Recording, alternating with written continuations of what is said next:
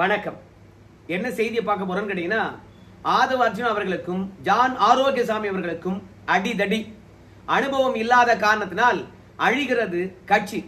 தங்கம் தென்னரசும் மற்றும் திமுகவுடைய பரந்தாமனவர்களும் புஷியானந்தவர்களுக்கும் ஆதவ அர்ஜுனா அவர்களுக்கும் தான் சண்டைன்னாங்க. ஆனா இப்ப புதுசா ஜான் ஆரோக்கியசாமி இடத்துல ஆதவ அர்ஜுனா அவர்கள் லடாய் பண்ண ஆரம்பித்து விட்டாரா அப்படின்னு சொல்லிட்டு கேட்பீங்க. நம்முடைய ஆதவ அர்ஜுனா அவர்களை பொறுத்த வரைக்கும் எவ்வளவு காசை கட்சிக்காக செலவழித்திருக்கின்றார் என்று அவருக்கு தான் தெரியும். அது சம்பாதிச்ச காசா இருக்கலாம், இல்ல மாமனார் கிட்ட இருந்து ஆட்டைய போட்ட காசா இருக்கலாம். ஆனா கட்சிக்காக காசை கரியாக்குனது யாரு? ஆதவ அர்ஜுனா தானே. அதனால விஜயை தாண்டி யாராவது ஒருத்தர் அதிகார மையமாக மாறினாங்கன்னா ஆதவ அர்ஜுனா அவர்களுக்கு பொறுத்துக்கல. அதனால உடனடியாக நான் தான் விஜய்க்கு அடுத்த அதிகார மையம், யாராவது தலை தூக்குனாங்கன்னா தட்டி விட்டுறாரு. அப்படிதான் புஷியானந்தவர்கள் வந்து ஆதவ அர்ஜுனாவுக்கு எதிராக எழுந்து வந்தாரு. பாவம் மனுஷன் 30 வருஷமா வந்து விஜயுடன் இருக்கிறாரு புஷியானந்து. ஆனா அவரையே வந்து நான் தான் பெரியாள் என்று காட்டிக்கொள்ளுகின்ற, இல்ல விஜய்க்கு அடுத்து 2ஆம் இடத்துல நான் தான் இருக்கிறேன் அப்படின்னு சொல்லிக்கொள்ள முடியாத அளவுக்கு தான் புஷியானந்தவர்களை ஆதவ அர்ஜுனா அவர்கள் அமைக்க வச்சிருக்கின்றார். ஆனா அதையெல்லாம் தாண்டி இன்னைக்கு ஆதவ அர்ஜுனா ஜான் ஆரோக்கியசாமி இடத்துல போய் வம்பிழுத்து இருக்கின்றார். என்ன நடந்தது, ஏன் அடிச்சுக்கிட்டாங்க அப்படின்னு பார்க்க வேண்டியதா இருக்கிறது. அது மட்டும் இல்ல, நம்ம செந்தில் பாலாஜி அவர்கள் நீதிமன்றத்துல பல உண்மைகளை போட்டு உடைச்சிருக்கின்றார். அதையெல்லாம் தாண்டி குதிரை பேர வழக்குல கிட்டத்தட்ட ஒரு 9 பேரை கைது பண்ணாங்க. அந்த 9 பேர்ல 3 பேரை அதிரடியாக காவல்துறையினர் போலீஸ் காவலை எடுத்து விசாரிக்க வேண்டும் என்று மனு தாக்கல் பண்ணியிருக்காங்க. இன்னைக்குதான் அதற்கான தீர்ப்பு வழங்கப்பட போகுது. சோ இப்படி குதிரை பேர வழக்கில் பல திருப்பங்கள் இருக்கின்ற விஷயத்தையும் நம்ம சேர்த்தே பார்க்க வேண்டியதா இருக்குது. அதனால இதுவரைக்கும் நம்ம சேனலை நீங்க சப்ஸ்கிரைப் பண்ணலன்னா மறக்காம சப்ஸ்கிரைப் பண்ணிக்கிட்டு கொஞ்சம் சப்போர்ட் பண்ணுங்க. முதல்ல ஜான் ஆரோக்கியசாமி ஆதவ அர்ஜுனா சண்டை. ஏற்கனவே ஜான் ஆரோக்கியசாமி அவர்களுக்கு ஒரு ஆஃபரை கொடுத்துட்டாராமே, நம்ம முதலமைச்சருடைய தனி செயலாளராக மாற்றி இருக்கின்றாராம். அரசியல் ஆலோசகராக விஷ்ணு ரெட்டி அவர்களையும் நியமித்திருக்கின்றார். இப்படி கட்சிக்கு வியூகம் வகுத்தார்களே என்ற அடிப்படையில் நம்முடைய ஜான் ஆரோக்கியசாமி விஷ்ணு ரெட்டி அவர்களுக்கு ஏற்கனவே வந்து ஒரு ஆஃபரை விஜய் கொடுத்து விட்டு இருப்பதனால மீண்டும் கட்சிக்கு துணைத் தலைவர் போஸ்ட ஜான் ஆரோக்கியசாமிக்கு கொடுத்துடலாம். அடக்கமா இருக்கிற மனுஷன் விஜய் அவர்கள் என்ன விரும்புகிறாரோ அதையே செய்யறான். அதனால கட்சியினுடைய அடுத்த கட்ட வளர்ச்சிக்கு ஜான் ஆரோக்கியசாமி இருந்தா நல்லா இருக்கும் அப்படின்னு விஜய் அவர்கள் யோசிக்கிறாராம். ஆனா ஆதவ அர்ஜுனா பொறுத்த வரைக்கும் திருச்சி கிழக்குல ஜான் ஆரோக்கியசாமி தான் போட்டியிட போறாரு, அமைச்சராக்க போறாரு விஜய். அதனால 1க்கு 2 ஜாக்பாட் ஜான் ஆரோக்கியசாமிக்கு கிடைத்திருக்கிறது. என்னவோ ஜான் ஆரோக்கியசாமி மட்டும்தான் வந்து இந்த கட்சிக்கு வியூகம் வகுத்த மாதிரியும் நாமெல்லாம் வியூகமே வகுக்காத மாதிரியும் நம்ம விஜய் அவர்கள் பேசுகின்றாரு. பணமும் செலவழித்து தமிழ்நாட்டு மக்களுடைய மனநிலையை கருத்துல கொண்டு தேர்தலுக்கான வியூகம் வகுத்ததே நாம தான் ஐயா. ஜான் ஆரோக்கியசாமி அவர்கள் மட்டும் தமிழ்நாட்டுக்கு வியூகம் வகுத்திருந்தார் என்றால் எடப்பாடியை ஓய்ச்சி கட்டின மாதிரி, ராகுல் காந்தி ஓய்ச்சி கட்டின மாதிரி, அன்புமணியை ஓய்த்து கட்டின மாதிரி விஜயும் ஓய்ச்சி கட்டிருப்பார். நாம களத்துல இறங்கி துணிச்சலாக விஜய் எப்படி கொண்டு போய் சேர்க்கணுமோ அப்படி கொண்டு போய் சேர்த்தோம். நாம தான் தேர்தல் வியூகம் வகுத்ததுலயே முதல் ஆளு. ஆனா அந்த பேரெல்லாம் வந்து ஜான் ஆரோக்கியசாமி தட்டிக்கிட்டு போறாரு. நாம தேர்தல் மேலாண்மை பிரிவு செயலாளராக இருந்து வியூகம் வகுத்ததே நாம தான். ஆனா தேர்தல் வியூக வகுப்பாளர்னு வந்து சேர்ந்துகிட்டு விஜய் பணத்தை கரியாக்கன ஜான் ஆரோக்கியசாமி அவர்களுக்கு எத்தனை பதவி கொடுப்பாங்க? கட்சியில துணைத் தலைவர் பதவியா அப்படின்னு ஆதவ அர்ஜுனா அவர்கள் போர்க்கொடி உயர்த்துகின்றாராம். நம்ம விஜயுடன் வந்து தனி செயலாளராக அவர் இருக்கிறாரு, அதோட போலாம். இல்ல அமைச்சராக போறாரு, அதோட போலாம். ஏன் அமைச்சராக்குறாங்கன்னு தெரியல உங்களுக்கு. ஏற்கனவே அமைச்சரவை கூட்டத்தில் வந்து அமைச்சராக இல்லாத ஜான் ஆரோக்கியசாமியும் விஷ்ணு ரெட்டி அவர்களும் கலந்து கொண்டது நம்முடைய இந்திய அரசியலமைப்பு சட்டத்தை வயலேட் பண்ற மாதிரி ஆயிப்போச்சு. அதனால விஜய் ஆட்சியை கலைக்கலாம் என்ற ரேஞ்சுக்கு போயிட்டாங்க அதிமுக திமுக. அதனால நம்முடைய ஜான் ஆரோக்கியசாமி அவர்கள் விஜயுடன் இருந்தார்னா பல ஆலோசனை வழங்குவதற்கான வாய்ப்பா இருக்கும் என்பதனால திருச்சி கிழக்கில் போட்டியிட்டு அவர் வெற்றி பெற்றார் என்றால் அவருக்கு அமைச்சர் பதவி தருவது என்று விஜய் அவர்கள் முடிவெடுத்திருக்கின்றார். கட்சியை வளர்க்க வேண்டும் என்றால் ஜான் ஆரோக்கியசாமி அவர்கள் துணைத் தலைவராக இருந்தால் நல்லா இருக்கும். ஏன்னா அவர் தான் தேர்தலுக்கான வியூகம் வகுத்தாரு, கட்சியை அவர் தான் வழிநடத்திக்கிட்டு போனாரு. அவரே துணைத் தலைவராக இருந்தாருன்னு வச்சுங்களேன், அது கட்சியினுடைய அடுத்த கட்ட வளர்ச்சி நல்லா இருக்கும் அப்படின்னு பொறுப்பை கொடுக்கலான்னு விஜய் நினைக்கின்றாராம். ஆனா ஆதவ அர்ஜுனா அவர்கள் குறுக்கே நின்று தடுக்கிறாரு. ஏற்கனவே புஷி ஆனந்த் அவர்களை பொறுத்த வரைக்கும் விஜயுடன் 30 ஆண்டு காலம் பயணிக்கிறாரு. அது மட்டும் இல்ல, விஜயனுடைய மக்கள் இயக்கத்திலிருந்து ரசிகர்களா இருக்காங்களே, அவங்க அத்தனை பேருமே வந்து புஷி ஆனந்த் அவர்களை தான் தலையில தூக்கி வச்சு கொண்டாடுறாங்க. ஏன்னா புஷி ஆனந்தை பொறுத்த வரைக்கும் எளிமையாக பழகக்கூடியவர். அதோட ரசிகர்களா இருந்தாலும் சரி, ரசிகர் மன்ற நிர்வாகிகளா இருந்தாலும் சரி, என்ன சொல்றாங்களோ அதை விஜய் கிட்ட சொல்லி விஜய் அனுமதியுடன் தான் அந்த ரசிகர்களுக்கு என்ன தேவையோ அதை செஞ்சு கொடுப்பாராம். அதனால புஷி ஆனந்தை பொறுத்த வரைக்கும் ஒரு இயல்பா வந்து நட்புடன் இருக்கக்கூடிய ஒரு மனிதனா இருப்பதனால விஜயுடன் ரசிகர்களா இருந்து அரசியல் களத்தில் பயணிக்கிறாங்க பாருங்க, அத்தனை பேரும் புஷி ஆனந்த் அவர்களை தலையில வச்சு கொண்டாடுறாங்க. அப்போ ஆதவாஜினாவுக்கு அந்த இடத்துல இடமே இல்லாம போச்சு. என்னடா இவ்வளோ பணத்தை செலவு பண்ணி ஒரு பெரிய வெற்றியை பெற்றுக் கொடுத்து நமக்கு கட்சிக்குள்ள இடமே இல்லை என்று ஆதவாஜினா நினைக்கின்றார். புஷி ஆனந்த் தான் 2வது இடமா, புரோட்டோகால் படி 2வது இடம் இருந்துட்டு போட்டோம், ஆனா அதிகார மையம் 2வது இடத்துல நாம தான் இருக்கணும் அப்படின்னு நினைக்கிறார். அதனால புஷி ஆனந்த் அவருடைய செல்வாக்க குறைக்க வேண்டும் என்றால் நாம அதிமுக இருக்கக்கூடிய தலைகளை கட்சிக்குள்ள சேர்க்கணும். அப்படி அதிமுக இருக்கக்கூடியவங்களை கட்சியில சேர்க்க ஆதவாஜனுடைய கையானது ஓங்கும். ஒரு பக்கம் ரசிகர் மன்றத்திலிருந்து அப்படியே கட்சி நிர்வாகிகளா மாறினாங்க பாரு, அவங்க புஷி ஆனந்த் பக்கம், அதிமுக இருந்து வரவங்க அத்தனை பேருமே வந்து ஆதவாஜனா பக்கம். அப்போ அனுபவம் வாய்ந்த அதிமுகவினர் தான் கட்சியை கைப்பற்றுவதற்கான வாய்ப்பு இருக்கு. அப்போ ஆதவாஜனா என்ன சொல்றாங்களோ அதுதான் கட்சிக்குள்ள நடக்கும். அனுபவம் இல்லாத தவேகா தற்குறிகள் புஷி ஆனந்த் என்ன சொல்றாரு, நாம அரசியல்ல என்ன பண்ணணும்னு தெரியாம தவிப்பாங்க.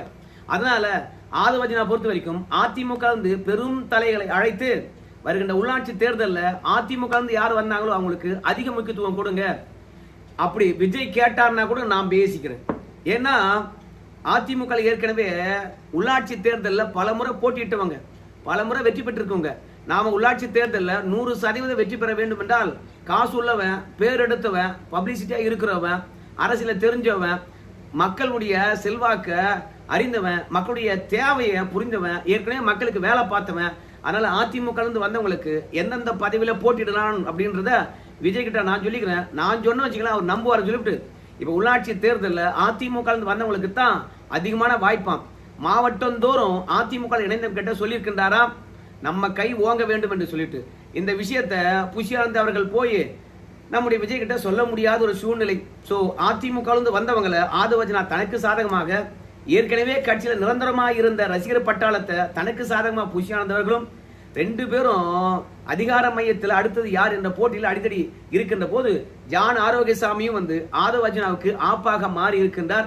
உனக்கு அமைச்சர் பதவி, உனக்கு ஆலோசகர் பதவி, உனக்கு தேர்தல் வகுப்பாளர் பதவி, உனக்கு தலைவர் பதவிவாடா ஜான் ஆரோக்கியசாமி அப்படின்னு குடும்பிப்பிடி சண்டை அடித்தடி. விஜயை பொறுத்த வரைக்கும் கட்சி பிரச்சனையில எப்போதுமே தலையிடுவதே கிடையாதான். இவ்வளவு பிரச்சனை நடந்துகிட்டு இருக்குது, இப்போவும் தலையிடவில்லையா? அவரு ஆட்சி மட்டுமே பார்ப்பாருன்னு நான் நினைக்கிறேன்.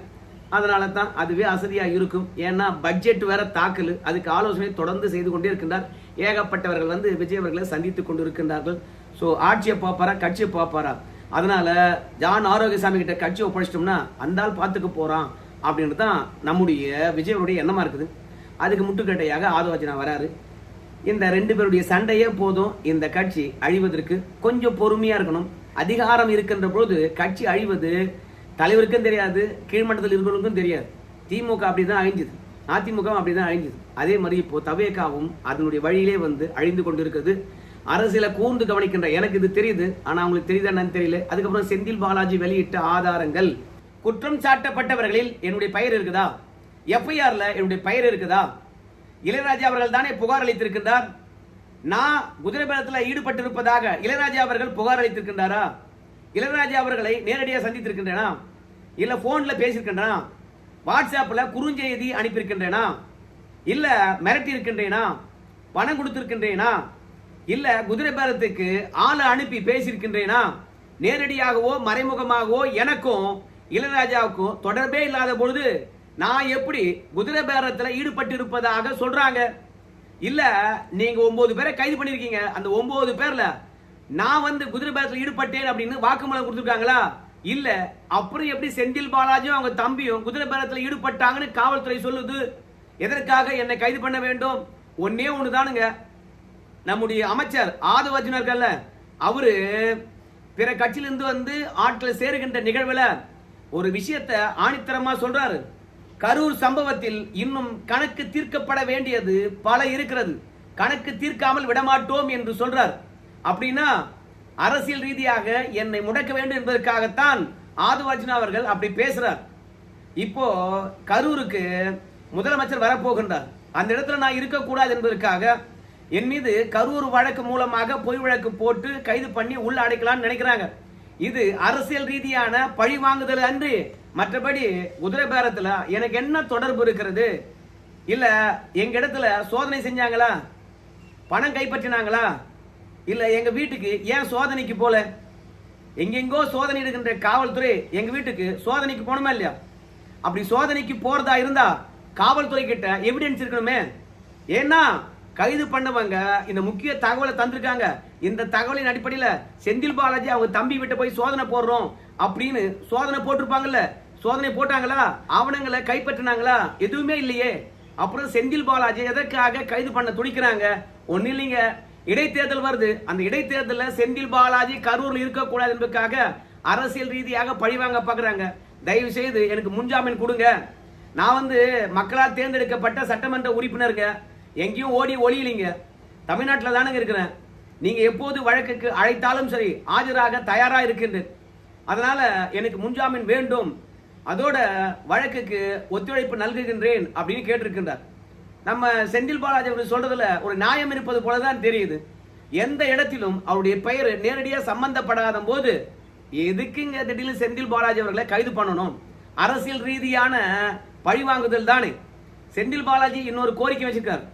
யாராவது வாக்குமூலம் அளிப்பாங்க, அந்த வாக்குமூலத்தின் அடிப்படையில் செந்தில் பாலாஜி அவங்க தம்பியை கைது பண்ணணும் அப்படின்னு முனைப்பு காட்டக்கூடாது. வாக்குமூலம் தந்தார்கள் என்றால் ஆதாரத்தின் அடிப்படையில் தானே வாக்குமூலம் தருவாங்க. அப்போ அந்த வாக்குமூலத்தை வைத்து ஆதாரத்தை திரட்டி அதுக்கப்புறம் செந்தில் பாலாஜியை கைது பண்ண பாருங்க. சும்மா அவன் சொல்லிட்டான் இவன் சொல்லிட்டான்னு சொல்லிட்டு கைது பண்ணாதீங்கப்பா. அது அரசியல் ரீதியான பழி வாங்குதல் தானப்பா அப்படின்னு நீதிமன்றத்தில் கெஞ்சிருக்கின்றா செந்தில் பாலாஜி. ஆட்சியில் இருக்கும் போது எப்படியெல்லாம் ஆட்டம் போட்டான் மனுஷன். இன்னைக்கு பாரு பெரிய பெரிய ஆப்பா வைக்கிறாங்க. இதுக்கு பேர் தான் கர்மா. அப்புறம் இந்த குதிரை பேர வழக்கில் 9 பேரை கைது பண்ணியிருக்காங்க. அதுல திருநாவுக்கரசு, நரேஷ் மற்றும் ரமேஷ் இந்த 3 பேரையும் ஒரு 5 நாள் காவல் எடுத்து விசாரிக்கணும் அப்படின்னு சொல்லிட்டு காவல்துறையானது நீதிமன்றத்தில் மனு போட்டிருக்கு. ஏன்னா இவங்க வீட்டுக்கு யார் யாரெல்லாம் வந்தாங்கன்னு நாம கேமராவை கைப்பற்றி இருக்கிறோம். ஸோ அதில் இருக்கின்ற காட்சிகள் எல்லாம் ஆராய வேண்டியது இருக்குது. அது மட்டும் இல்ல, நரேஷ் என்கின்ற ஒரு வீட்டில் 13 லட்சம் ரூபாயை கைப்பற்றி இருக்கின்றோம். அது மட்டும் இல்ல, குதிரை பேர வழக்கில் இந்த 9 பேர் வீட்டில் போய் சோதனை போட்டோம். அதுல 1 லட்சம் ரூபாய் கைப்பற்றி இருக்கின்றோம். இந்த சோதனையின் நடுவில் நமக்கு சில ஆவணங்கள் கிடைச்சது. அந்த ஆவணத்துல சட்டவிரோதமான பண பரிவர்த்தனையும் நடந்திருக்குது. ஒருத்தங்கிட்ட இருந்து இன்னொருத்தங்கிட்ட பணம் போயிருக்குது. அதனால இந்த நெட்வொர்க்கை முழுமையா தட்டி தூக்கணும்னா இவங்க 3 பேரையும் காவல் எடுத்து விசாரிக்கணும் அப்படின்னு சொல்லிட்டு போலீஸ் காவல்ல எடுக்க காவல்துறையினர் மனு பண்ணிருக்காங்க. ஆனால் இந்த 9 பேரை கைது பண்ணிருக்காங்க இல்லையா, அவங்களுக்கு ஆதரவா வாதாடக்கூடிய வழக்கறிஞர் என்ன சொல்றாங்க கேட்டீங்கன்னா, என்னங்க இவங்க மீது எஃப்ஐஆர் போட்டிருக்காங்க. அந்த எஃப்ஐஆர்ல எங்குமே சிசிடிவி கேமராக்கள் கைப்பற்றிருக்கின்றோம், டிஜிட்டலாக பல ஆவணங்கள் கைப்பற்றிருக்கின்றோம் அப்படின்னு சொல்லவே இல்லை. ரெண்டாவது, குதிரை பேர வழக்கு தெரியுமா, அதுல 35 கோடி கைமாறி இருப்பதாக சொல்றாங்க. 1 லட்சம் தான் கைப்பற்றி இருக்கின்றார்கள். அப்படி இருக்கும் பொழுது மீதி பணம் எங்க? அப்போ இதெல்லாம் சித்தரித்தது. ஏற்கனவே பல கட்ட விசாரணை நடத்திட்டாங்க. இவங்க எல்லாம் எதுக்காக போலீஸ் காவல கொடுக்கணும் வேணாம் அப்படின்னு சொல்லியிருக்காங்க. ரெண்டாவது, கைதானவங்க கிட்டையும் கேட்டிருக்காங்க, போலீஸ் காவலுக்கு போறீங்களா அப்படின்னு சொல்லிட்டு. ஏற்கனவே பல முறை விசாரிச்சுட்டாங்க. எதுக்குங்க இன்னைக்கு போலீஸ் காவல்? நாங்க போலீஸ் காவல் போறதில்ல, எங்களுக்கு பயமா இருக்குது, அடிச்சிடுவாங்கன்னு சொல்லிவிட்டு அவங்களும் மறுப்பு தெரிவித்து இருக்கின்றார்கள். ஆனா காவல்துறையை பொறுத்த வரைக்கும், ஏங்க இந்த குதிரை பேர வழக்குல 180 கோடி ரூபாய் கைமாற காத்திருந்ததுங்க. அது என்ன குறைவான பணமா? சோ இந்த நெட்வொர்க்கு சிங்கப்பூர் வரைக்கும் போயிருக்குதுங்க. அந்த நெட்வொர்க்கை நாங்க கண்டுபிடிச்சிருக்கோம். சோ இது பின்னாடி ஏகப்பட்ட பேர் இருக்கலாம் என்பதனால இந்த 3 பேரை எடுத்து நாங்க காவல விசாரிக்க வேண்டும், அனுமதி கொடுங்க அப்படின்னு கேட்டிருக்காங்க. சோ செந்தில் பாலாஜியுடைய முன்ஜாமீன் வழக்கா இருக்கலாம், போலீஸ் காவல்ல கேட்ட வழக்கா இருக்கலாம், எல்லாமே 3:30 மணிக்கு மேலதான் விசாரணைக்கு வருது. ஏன்னா செந்தில் பாலாஜி ஜாமீன் வழக்குல தமிழக அரசாங்கத்துடைய மூத்த வழக்கறிஞர் ஆஜராகல. அதனால காலையே விசாரணைக்கு வந்தது, மதியத்துக்கு தள்ளி வச்சிருக்காங்க. வழக்குல விசாரிக்கப்பட்டு என்ன தீர்ப்பு வழங்குறாங்க அப்படின்றத நாளைக்கு பார்க்கலாம். இல்ல முடிஞ்சா பொழுதுக்கு உங்ககிட்ட கொண்டு சேர்க்கின்றேன். செந்தில் பாலாஜி ஜாமீனுக்காக வேலிடான பாயிண்ட் வச்சிருப்பது போல தெரியுது. மனுஷன் பல வழக்குகளை எதிர்கொண்டவன், எப்படி அணுக வேண்டும் என்று அவனுக்கு தெரியும். அதனால இடி, ஐடி, சிபிஐ மூணுக்கும் டிமிக்கு கொடுத்தவன் தமிழ்நாடு லஞ்ச ஒழிப்புத்துறைக்கு டிமிக்கி கொடுக்க மாட்டானா என்ன? பார்க்கலாம் பொறுத்திருந்து. தவேக அரசாங்கமானது திமுக மாஜிக்களை கைது பண்றதுல அத்தனையும் தோல்வி அடைஞ்சிருக்குது. செந்தில் பாலாஜி மட்டும் கைது பண்ணிட்டு போறாங்களா, அவங்க தம்பி மட்டும் கைது பண்ண போறாங்களா? எல்லாம் ஏமாற்றமா தான் முடியும். திருடனாய் பார்த்து திருந்தா விட்டால் திருட்டை ஒழிக்க முடியாது அப்படின்னு சொல்லுவாங்கல்ல, அந்த மாதிரி திருடனாய் பார்த்து சரணடைந்தால் தான் இப்போ இவங்களை கைது பண்ண முடியும் பொழுது, எல்லாம் முடியாத பொழுது. சரி நண்பர்களே, இந்த வீடியோ தொடர்பாக உங்க கருத்து சொல்லுங்க. நன்றி.